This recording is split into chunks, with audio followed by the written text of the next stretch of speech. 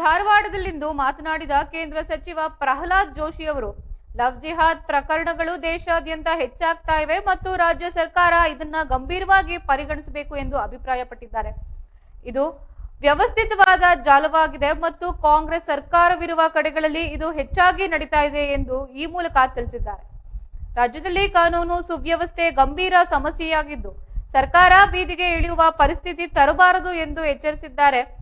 ಜೋಶಿ ಅವರು ಪೊಲೀಸ್ ಟ್ರಾನ್ಸ್ಫರ್ನಲ್ಲಿ ಭ್ರಷ್ಟಾಚಾರ ನಡೆಯುತ್ತಿದೆ ಎಂದು ಆರೋಪಿಸಲಾಗಿದ್ದು ಪೊಲೀಸ್ ವರ್ಗಾವಣೆಗಳಲ್ಲಿ ಬಹಳಷ್ಟು ಭ್ರಷ್ಟಾಚಾರವಿದೆ, ಇದು ಸಹಜವಾಗಿ ನಡೆಯುತ್ತಿದೆ ಎಂದು ಹೇಳಿದ್ದಾರೆ. ಇತ್ತೀಚೆಗೆ ಕಾಂಗ್ರೆಸ್ನ ಯುವ ಮುಖಂಡನೊಬ್ಬನು ಮತ್ತೊಬ್ಬ ಕಾಂಗ್ರೆಸ್ ನಾಯಕನೇ ಹತ್ಯೆ ಮಾಡಿದ ಘಟನೆಯನ್ನ ಪ್ರಸ್ತಾಪಿಸಿದ ಅವರು ಕಾಂಗ್ರೆಸ್ ನಾಯಕನಿಗೆ ಈ ರೀತಿ ಆದರೆ ಕಾನೂನು ಸುವ್ಯವಸ್ಥೆ ಹೇಗಿದೆ ಅನ್ನೋದು ಗೊತ್ತಾಗುತ್ತೆ ಎಂದು ಪ್ರತಿಕ್ರಿಯಿಸಿದ್ದು ಈ ಬಗ್ಗೆ ಮಾಧ್ಯಮಗಳಲ್ಲಿ ಬಂದು ವರದಿಗಳನ್ನ ನೋಡಿ ತಿಳಿದುಕೊಂಡಿದ್ದೇನೆ ಎಂದಿದ್ದಾರೆ. ಇದೇ ವೇಳೆ ಮುಂಬರುವ ಉಪಚುನಾವಣೆಗಳ ಕುರಿತು ಮಾತನಾಡಿದ ಅವರು ಚುನಾವಣೆಯಲ್ಲಿ ಗೆಲ್ಲುವ ವಿಶ್ವಾಸವಿದೆ ಎಂಬ ಪ್ರಶ್ನೆಗೆ ಪ್ರತಿಕ್ರಿಯಿಸಿದ್ದು ಈಗ ಚುನಾವಣೆ ನಡೆಯಲಿದೆ, ಫಲಿತಾಂಶ ಬರುವವರೆಗೂ ಕಾಯುವುದು ಉತ್ತಮ ಎಂದು ಹೇಳಿದ್ದಾರೆ. ಚುನಾವಣಾ ಫಲಿತಾಂಶದ ಬಗ್ಗೆ ಯಾವುದೇ ಪ್ರತಿಕ್ರಿಯೆ ನೀಡಲು ಅವರು ನಿರಾಕರಿಸಿದ್ದು ಕೇಂದ್ರ ಸಚಿವರ ಈ ಹೇಳಿಕೆಗಳು ರಾಜ್ಯ ರಾಜಕೀಯ ವಲಯದಲ್ಲಿ ತೀವ್ರ ಚರ್ಚೆಗೆ ಗ್ರಾಸವಾಗಿದೆ.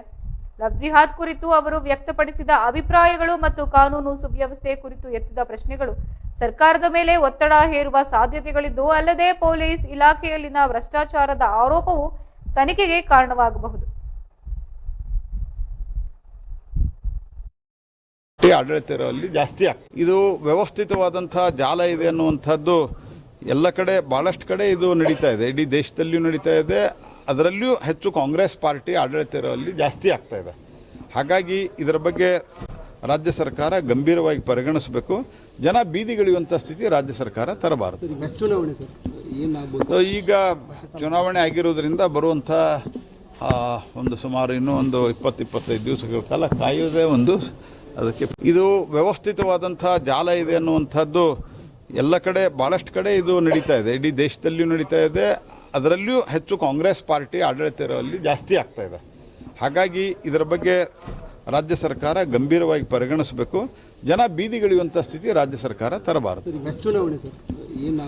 ಈಗ ಚುನಾವಣೆ ಆಗಿರೋದ್ರಿಂದ ಬರುವಂಥ ಒಂದು ಸುಮಾರು ಇನ್ನೂ ಒಂದು 20-25 ದಿವಸಗಳ ಕಾಲ ಕಾಯುವುದೇ ಒಂದು ಅದಕ್ಕೆ. ಇದು ವ್ಯವಸ್ಥಿತವಾದಂಥ ಜಾಲ ಇದೆ ಅನ್ನುವಂಥದ್ದು ಎಲ್ಲ ಕಡೆ ಭಾಳಷ್ಟು ಕಡೆ ಇದು ನಡೀತಾ ಇದೆ, ಇಡೀ ದೇಶದಲ್ಲಿಯೂ ನಡೀತಾ ಇದೆ.